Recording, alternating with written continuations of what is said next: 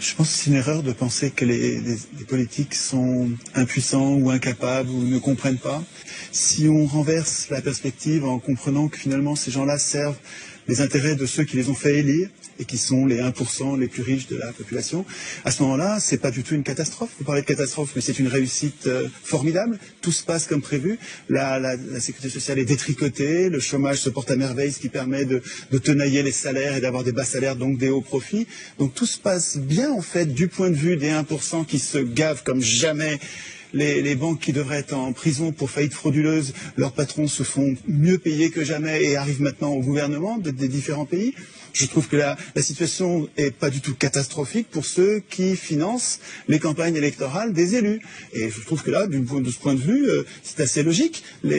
Hollande, il sert les intérêts de ceux qui l'ont fait élire en le faisant passer à la télé, dans les journaux. Et pourquoi une banque achète Libération? Pourquoi une banque achète Le Monde? Pourquoi le Crédit Mutuel achète le quart de la presse quotidienne régionale? C'est pour gagner les élections. Et ensuite, les élus rendent des comptes à ceux qui les font élire.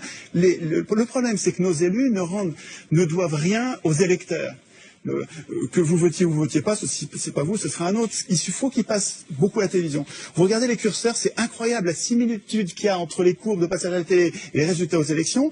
Il suffit de monter les curseurs des challengers, vous les montez à 10, 15%, ça va donner l'impression de la pluralité. Et puis les deux partis qui ont la même politique de droite dure, qui s'appelle gauche et droite, mais en fait ils ont la même politique pour les industriels et les banquiers, les multinationales en fait.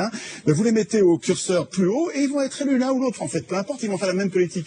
Alors évidemment, les gens sont gentils, ils croient les candidats au moment des campagnes électorales, et c'est notre gentillesse qui fait la déception après. Mais enfin, après 200 ans d'échec du suffrage universel, qui permet aux riches d'acheter le pouvoir politique, le fait de désigner des maîtres au lieu de voter des lois est une imposture politique. Nous ne sommes pas en démocratie. En démocratie, nous voterions nos lois. Nous-mêmes, un homme, une voix pour voter les lois, pas pour désigner des maîtres. Il y a un endroit où il est écrit que le peuple n'a aucune puissance. Ça s'appelle la Constitution. Le problème, c'est que tout le monde s'en fout. Nous nous foutons de la Constitution. C'est bien fait pour nous. C'est pas la faute des affreux qui dirigent. C'est notre faute à nous de ne pas écrire notre Constitution dans laquelle nous prévoirions notre puissance. Tant qu'on bavarde sur ce que font les représentants politiques qui sont les représentants des riches, on passe à côté de la cause de nos problèmes. En ressentant la réflexion sur la cause de nos problèmes, on arrive à trouver des solutions.